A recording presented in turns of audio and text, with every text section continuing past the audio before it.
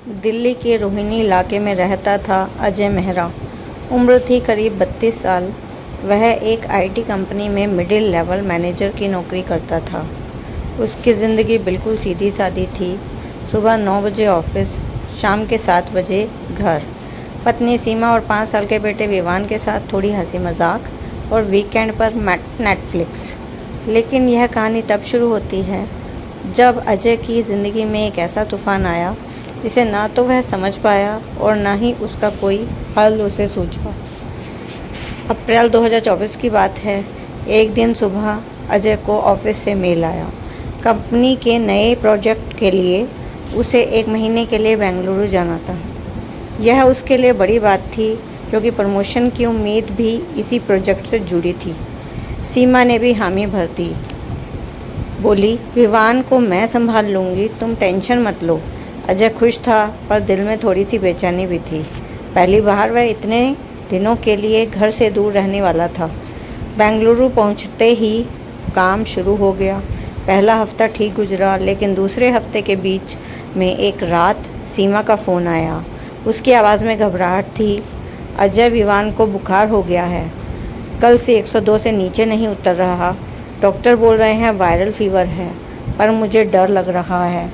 अजय ने दिलासा दिया, सीमा टेंशन मत लो, डॉक्टर के पास ले जाओ, मैं सुबह पहली फ़्लाइट से आता हूँ। लेकिन अगले दिन सुबह जब वह फ़्लाइट के लिए निकलने वाला था, सीमा का फिर से फ़ोन आया। इस बार उसकी आवाज़ रोते हुए थी। अजय, विवान बेहोश हो गया, अस्पताल में भर्ती किया है, डॉक्टर बोल रहे हैं कुछ समझ नहीं आ रहा, उन्हें रिपोर्ट्स का इंतज़ार है।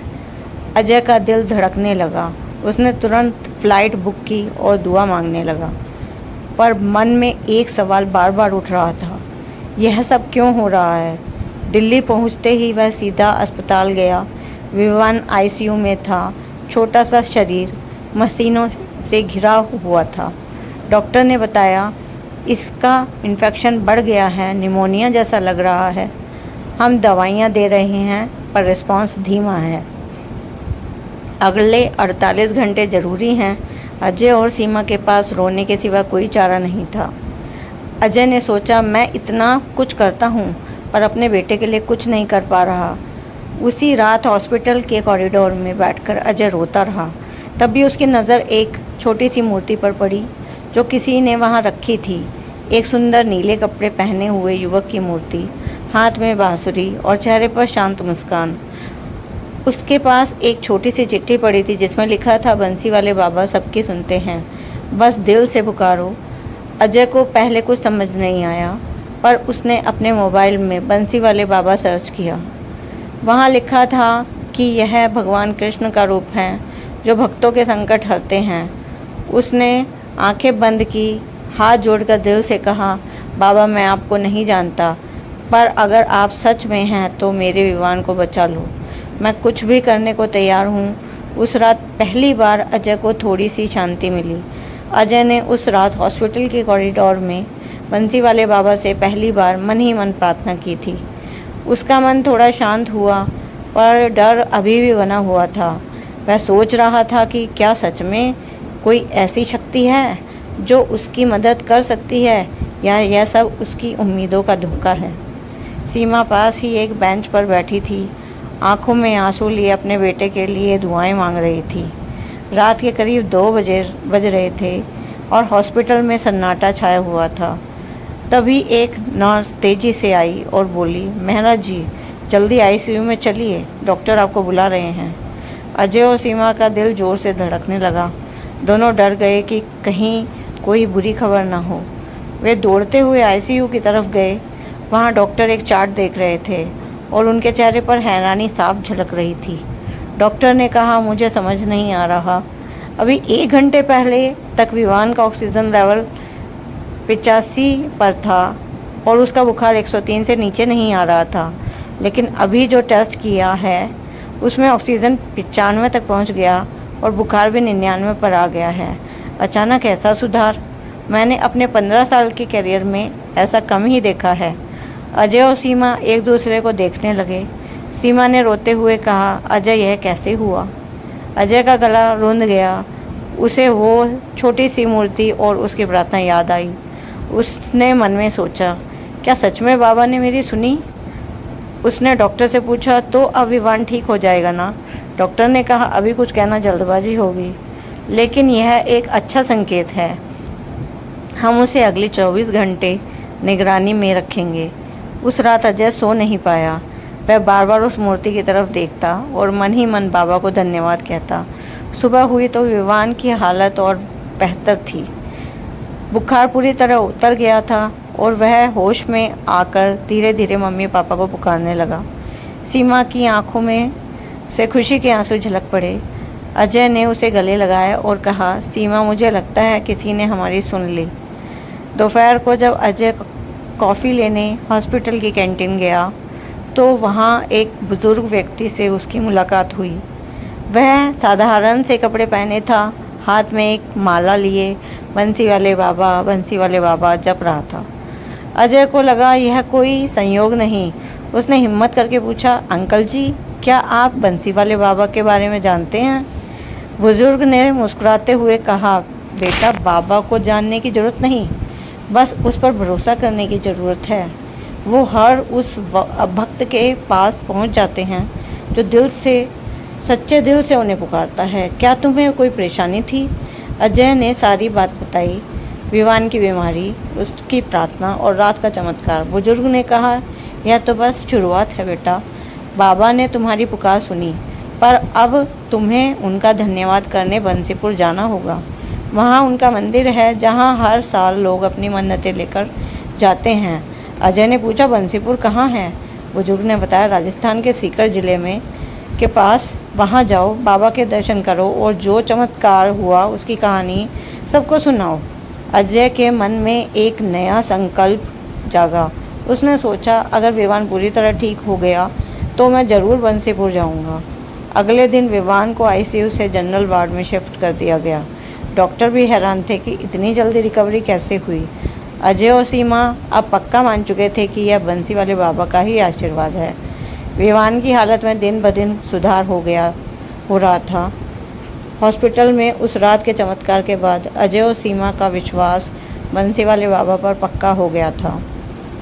एक हफ्ते बाद डॉक्टरों ने विवान को डिस्चार्ज कर दिया। घर लौटते वक्त अजय ने सीमा से कहा, मुझे लगता है हमें बाबा के दर्शन के लिए बंसीपुर जाना चाहिए। जो हुआ वो कोई संयोग नहीं था। बाबा ने हमारी मदद की और अब हमारा फ़र्ज़ है कि उनको शुक्रिया अदा करें। सीमा ने सहमति जताई। हाँ अजय, मैं भी यही सोच रही थी। विवान को ठीक करने की मन्नत मैंने भी मानी थी। चलो हम तीनों साथ जाएंगे। अजय ने ऑफिस से कुछ दिन की छुट्टी ली और अगले हफ्ते के लिए बंसीपुर जाने की तैयारी शुरू कर दी। उसने इंटरनेट पर बंसी वाले बाबा के मंदिर के बारे में पढ़ा। राजस्थान के सीकर जिले में बने इस मंदिर की महिमा दूर दूर तक फैली थी। लोग यहाँ अपनी मन्नतें लेकर जाते थे और कहते थे कि बाबा कभी अपने भक्तों को निराश नहीं करते। यात्रा का दिन आया 15 अप्रैल 2024। अजय, सीमा और विवान सुबह सुबह दिल्ली से कार लेकर निकले।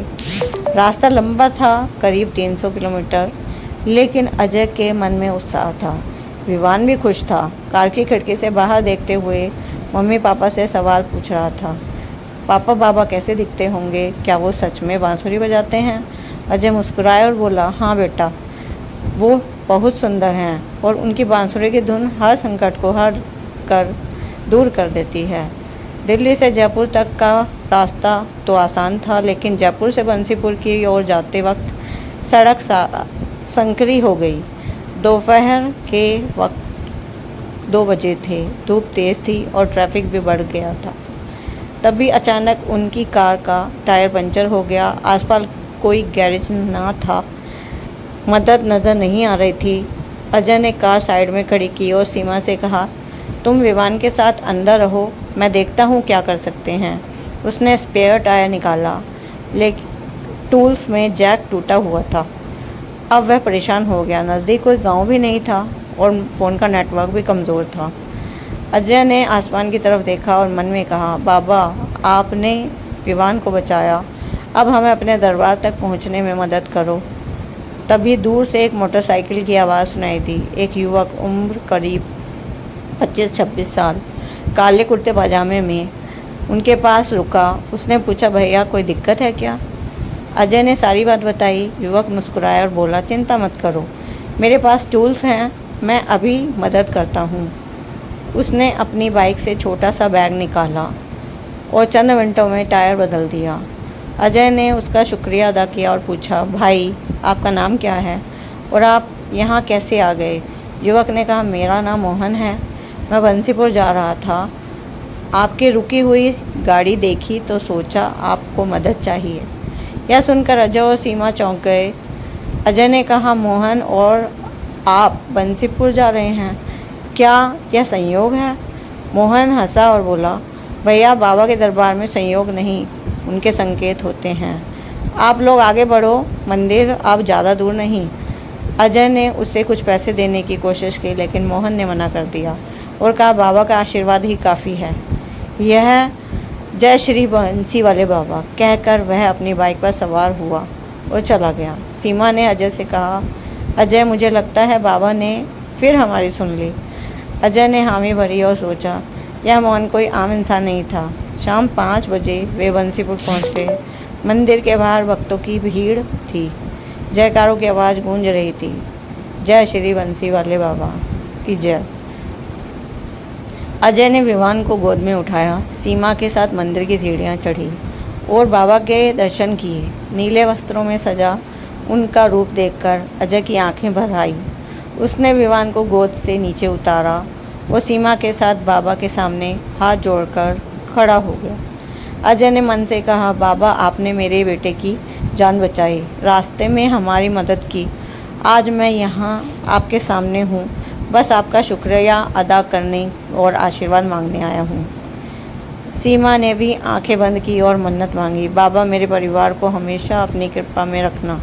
विवान जो अभी तक चुपचाप सब देख रहा था, अचानक बोला, पापा यह बाबा बहुत अच्छे लगते हैं, क्या मैं इन्हें हाय बोलूं? अजय हंसा और बोला, हाँ बेटा बोलो। दर्शन के बाद वे तीनों मंदिर के प्रांगण में बैठ गए। वहाँ एक पंडित जी भक्तों को बाबा की महिमा की कहानियाँ सुना रहे थे। अजय ने अपनी कहानी सुनाने का फैसला किया। उसने पंडित जी से इजाज़त मांगी और सबके सामने बोला, मेरा नाम अजय मेहरा है। 1 हफ्ते पहले मेरा बेटा विवान अस्पताल में ज़िंदगी और मौत के बीच जूझ रहा था। डॉक्टरों ने उम्मीद छोड़ दी थी, लेकिन उस रात मैंने बाबा से प्रार्थना की और उसी रात में से उसकी हालत में सुधार होने लगा। आज वो मेरे साथ यहाँ खड़ा है। रास्ते में हमारी कार खराब हो गई थी, तब भी बाबा ने एक शख्स को भेजा जिसने हमारी मदद की। उसका नाम भी मोहन था। भीड़ में बैठे लोग हैरान होकर सुन रहे थे। कुछ की आंखें नम थी, कुछ बंसी वाले बाबा की जय बोलकर तालियां बजा रहे थे। पंडित जी ने कहा, बेटा यह बाबा का चमत्कार है, वो अपने भक्तों को कभी निराश नहीं करते। तभी एक औरत जो पास में ही बैठी थी खड़ी हुई और बोली, मेरे साथ भी ऐसा हुआ था। मेरे पति एक्सीडेंट में घायल हो गए थे और डीलर्स ने कहा था कि वो शायद ना बचें।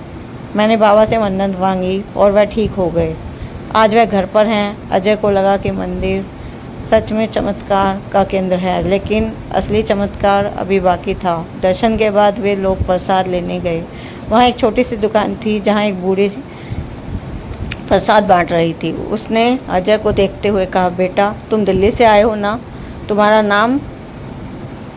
अजय चौंक गया। उसको आपको कैसे पता? वो मुस्कुराई और बोली, बाबा ने मुझे सपने में बताया कि एक भक्त अपने बेटे को लेकर आएगा। उन्होंने कहा कि उसकी एक और परीक्षा बाकी है, पर वो उसे पार कर लेगा।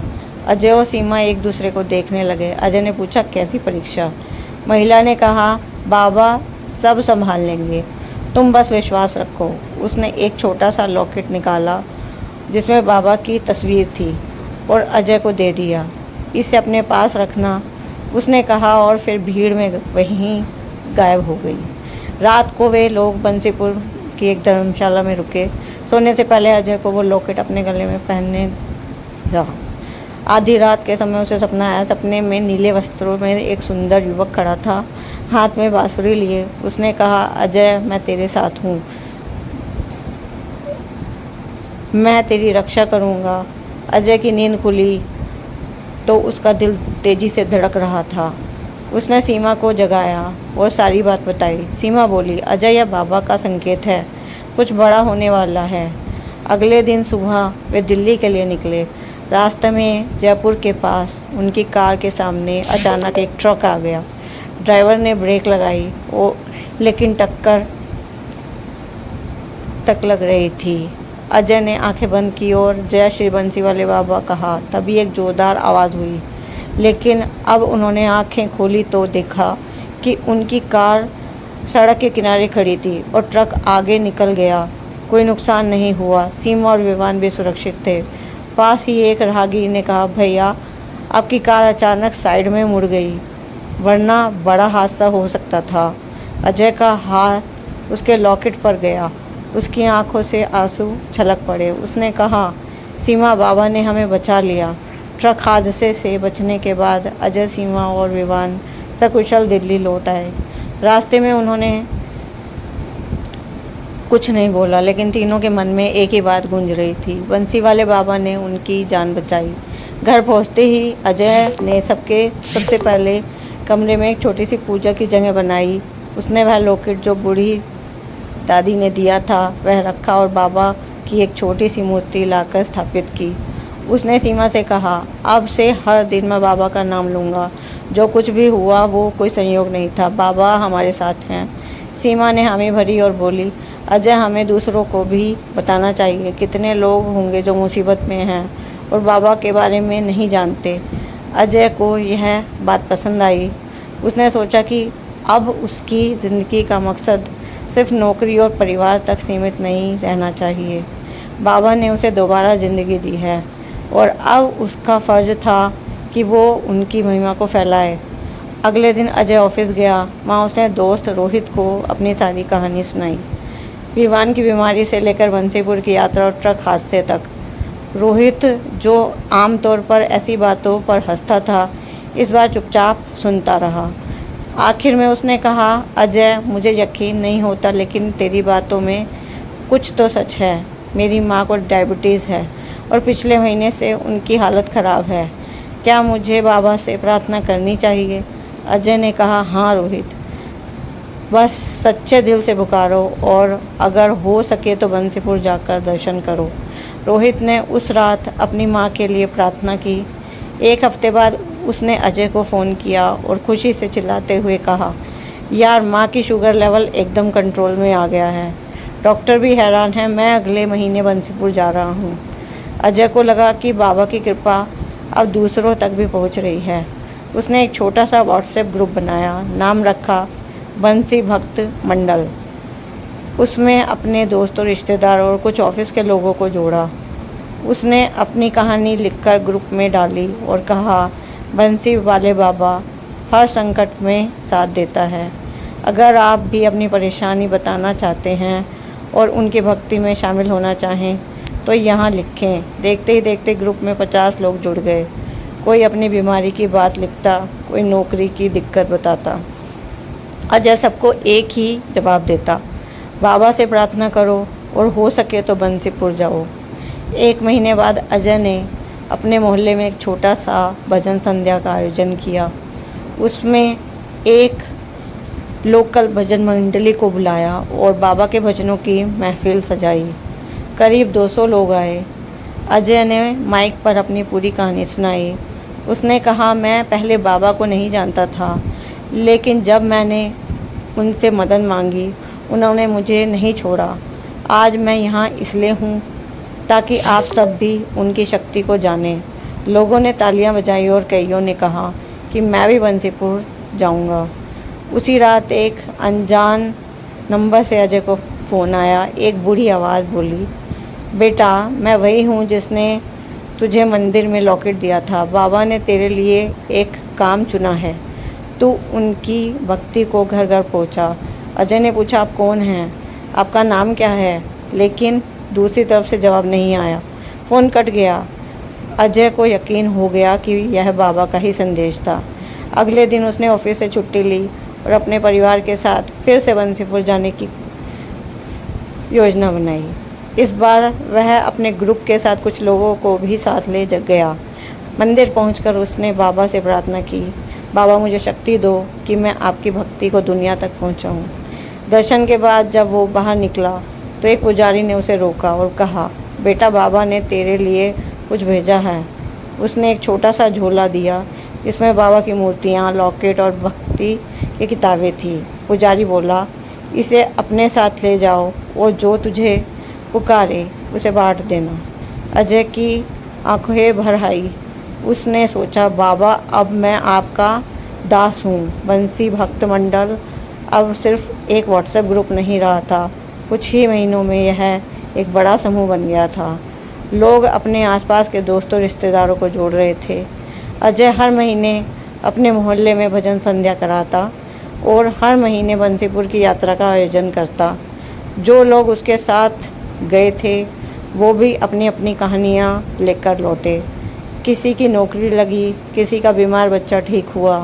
बाबा की महिमा रोहिणी से निकलकर दिल्ली के दूसरे इलाकों तक फैलने लगी। मई 2024 का महीना था। अजय ने फैसला किया कि वह अपने ऑफिस की छुट्टियों का इस्तेमाल कर एक बड़ी यात्रा का आयोजन करेगा। उसने ग्रुप में ऐलान किया, 20 मई को हम बंसी वाले बाबा के दर्शन के लिए जाएंगे। जो भी आना चाहे मेरे साथ संपर्क करे। देखते ही देखते 50 लोग तैयार हो गए। अजय ने 2 बस बुक की और बंसी वाले के लिए निकल पड़ा। इस बार उसका इरादा था कि वो बाबा से अपने भक्त समूह को और मजबूत करने की शक्ति मांगे। यात्रा अच्छी चल रही थी। बस में भजन गूंज रहे थे। लोग जय श्री बंसी वाले के नारे लगा रहे थे। लेकिन जयपुर से आगे बढ़ते ही एक नया संकट सामने आया। शाम के करीब 6 बजे थे जब आसमान अचानक से काले बादलों से घिर गया। तेज़ हवा के साथ बारिश शुरू हो गई। ड्राइवर ने बस धीमी की, लेकिन सड़क पर पानी भरने लगा। दूसरी बस जो थोड़ा पीछे थी अचानक फिसल गई और सड़क के किनारे गड्ढे में जा गिरी। बस में सवार लोगों की चीखें सुनाई दी। अजय की बस रुक गई। वह दौड़कर बाहर निकला। बारिश में भीगते हुए उसने देखा कि दूसरी बस आधी तिरछी होकर गड्ढे में फंसी थी। लोग घबराते हुए थे, कुछ चिल्ला रहे थे। अजय ने फ़ोन निकाला लेकिन नेटवर्क नहीं था। उसने अपने साथियों से कहा, जल्दी करो, सबको बाहर निकालना है। बारिश तेज़ होती जा रही थी और गड्ढे में पानी भरने लगा। अजय और कुछ लोग बस के पास पहुंचे लेकिन दरवाज़ा जाम हो गया था। अंदर करीब 25 लोग फंसे थे, जिसमें बच्चे बुजुर्ग भी शामिल थे। अजय का दिल ज़ोर ज़ोर से धड़क रहा था। उसने आसमान की तरफ देखा और चिल्लाकर कहा, बाबा अब आप ही बचा सकते हैं। यह सब आपके भक्त हैं, इन्हें संकट से निकालें। तभी उसे अपने गले में पड़ा लॉकेट याद आया। उसने उसे हाथ में लिया और प्रार्थना की, जय श्री बंसी वाले बाबा, मेरी पुकार सुन लो। अचानक एक ट्रक की हेडलाइट्स दिखी। एक मालवाहक ट्रक वहां रुका और उसमें से 2 लोग उतरे। उन्होंने बिना कुछ पूछे अपनी रस्सियां और औजार निकाले।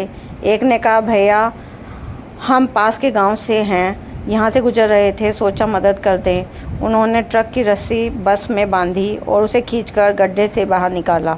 दरवाज़ा खोलने में भी उनकी मदद से कामयाबी मिली। कुछ ही मिनटों में सभी लोग सुरक्षित बाहर आ गए। कोई घायल नहीं हुआ, बस कुछ लोगों को हल्की चोटें आई थी। अजय ने उन दोनों का शुक्रिया अदा किया और पूछा, आपका नाम क्या है? एक ने कहा, मैं मोहनलाल हूँ और यह मेरा भाई किशन है। यह सुनकर अजय के रोंगटे खड़े हो गए। उसने सीमा की तरफ देखा जो पास ही खड़ी थी। सीमा के चेहरे पर भी वहाँ वही हैरानी थी। अजय ने कहा, आप हर बार किसी न किसी रूप में आते हो। दोनों भाई हंसे और बोले, हम तो बस रास्ते से गुजर रहे थे, आप लोग आगे बढ़ो, बारिश कम हो रही है। कहकर वे अपने ट्रक में बैठे और चले गए। बंसीपुर पहुंचकर अजय ने सबसे पहले बाबा के सामने माथा टेका। उसने कहा, बाबा आपने फिर से मेरी पुकार सुनी। अब मैं आपकी भक्ति को और दूर तक ले जाऊंगा। उस रात मंदिर में भजन संध्या हुई, जिसमें सभी भक्तों ने अपनी अपनी कहानियाँ सुनाई। अजय ने बस हादसे की बात बताई तो लोग भावुक हो गए। एक बुजुर्ग ने कहा, बेटा, बाबा ने तुझे अपना दूत बनाया है, तू उनकी सेवा करता रहे। वापस दिल्ली लौटकर अजय ने अपने भक्त मंडल को और बड़ा करने का फैसला किया। उसने एक यूट्यूब चैनल शुरू किया, जहां वो बाबा के चमत्कारों की कहानियां अपलोड करने लगा। देखते ही देखते लोग जुड़ने लगे और उसकी आवाज़ हज़ारों तक पहुंचने लगी। उसका यूट्यूब चैनल शुरू होने के कुछ ही महीनों में लाखों लोग उससे जुड़ गए। लोग अपनी कहानियां भेजते, कोई नौकरी मिलने की बात बताता, कोई बीमारी से ठीक होने की। अजय हर वीडियो में बस एक ही बात कहता, बंसी वाले बाबा पर भरोसा रखो, वो हर संकट में साथ देते हैं। उसकी आवाज़ दिल्ली से निकलकर उत्तर प्रदेश, हरियाणा, पंजाब और यहाँ तक कि दक्षिण भारत तक भी पहुँच गई। लोग उसे बंसी भक्त अजय कहने लगे। जून 2024 में अजय ने एक बड़ा फैसला किया। उसने अपनी नौकरी छोड़ दी। सीमा ने शुरू में मना किया, अजय घर कैसे चलेगा, लेकिन अजय ने कहा, सीमा, बाबा ने हमें इतनी बार बचाया, अब मुझे उनकी सेवा के लिए पूरा समय देना है, वो हमारा ख्याल रखेंगे। उसने अपनी बचत से एक छोटा सा ऑफिस खोला, जहां वो भक्तों की मदद करता, किसी को बंसीपुर जाने के लिए टिकट बुक करवाता, किसी को बाबा की मूर्ति और भक्ति सामग्री भेजता। उसका यूट्यूब चैनल अब उसकी कमाई का जरिया भी बन गया था। एक दिन उसे ईमेल आया, लिखा था, मेरा नाम विनय है, मैं मुंबई से हूँ, मेरी बेटी पिछले 2 साल से कोमा में है, डॉक्टर ने जवाब दे दिया है, आपकी वीडियो देखी, क्या बाबा मेरी मदद कर सकते हैं? अजय ने जवाब लिखा, विनय जी, बाबा से सच्चे दिल से प्रार्थना करें, मैं आपके लिए बंसीपुर से प्रसाद भेज रहा हूँ। उसने एक छोटा सा पैकेट तैयार किया, बाबा का लॉकेट, मंदिर का प्रसाद और एक भजन की किताब, और विनय को भेज दिया। कुछ ही दिन बाद विनय का फ़ोन आया।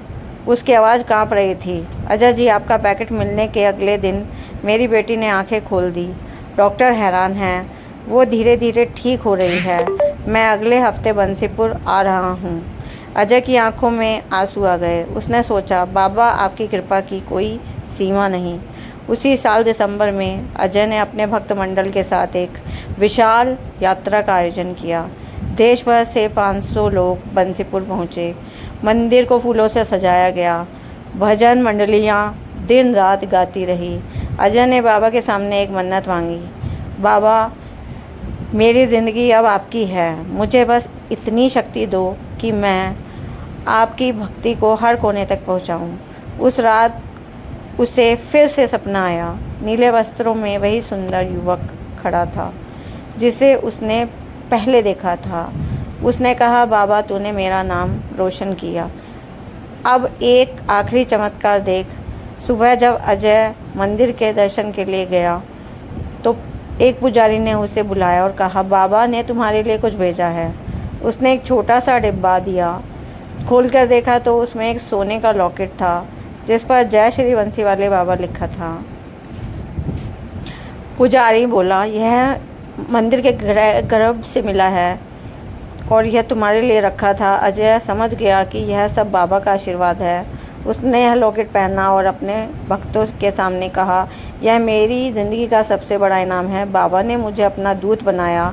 अब मैं हर उस इंसान तक उनकी भक्ति पहुंचाऊंगा जो संकट में है। भीड़ में सभी ने जय बंसी बाबा के नारे लगाए और उसका भक्त मंडल एक संगठन बन गया जो ज़रूरतमंदों की मदद करता था। कभी हॉस्पिटल में दवाइयाँ बांटता, कभी गरीब बच्चों की पढ़ाई का खर्च उठाता। हर काम के पीछे बस एक ही नारा था, बंसी वाले बाबा की जय। एक दिन जब अजय अपने बेटे विवान को बाबा की कहानी सुना रहा था, विवान ने पूछा, पापा, क्या बाबा सच में हमारे साथ हैं? अजय ने उसे गले लगाया और कहा, हाँ बेटा, वो हर पल हमारे साथ हैं, बस हमें उन पर भरोसा रखना है। अजय की कहानी यहाँ ख़त्म होती है, लेकिन बंसी वाले बाबा की भक्ति का सफ़र अभी ख़त्म नहीं होता। उनकी कृपा से लाखों लोग आज भी अपने संकटों से मुक्ति पाते हैं। यह कहानी हर उस इंसान के लिए है जो मुश्किल में उम्मीद ढूंढता है। बस एक बार जय श्री बंसी वाले बाबा कहकर देखिए, बाबा ज़रूर सुनते हैं। दोस्तों, आशा है ये कहानी आपको पसंद आई होगी। अगर पसंद आई हो तो वीडियो को लाइक करके कमेंट में जय श्री बंसी वाले ज़रूर लिखें। चैनल पर अगर पहली बार आए हैं तो चैनल को सब्सक्राइब ज़रूर करें। जय श्री बंसी वाले।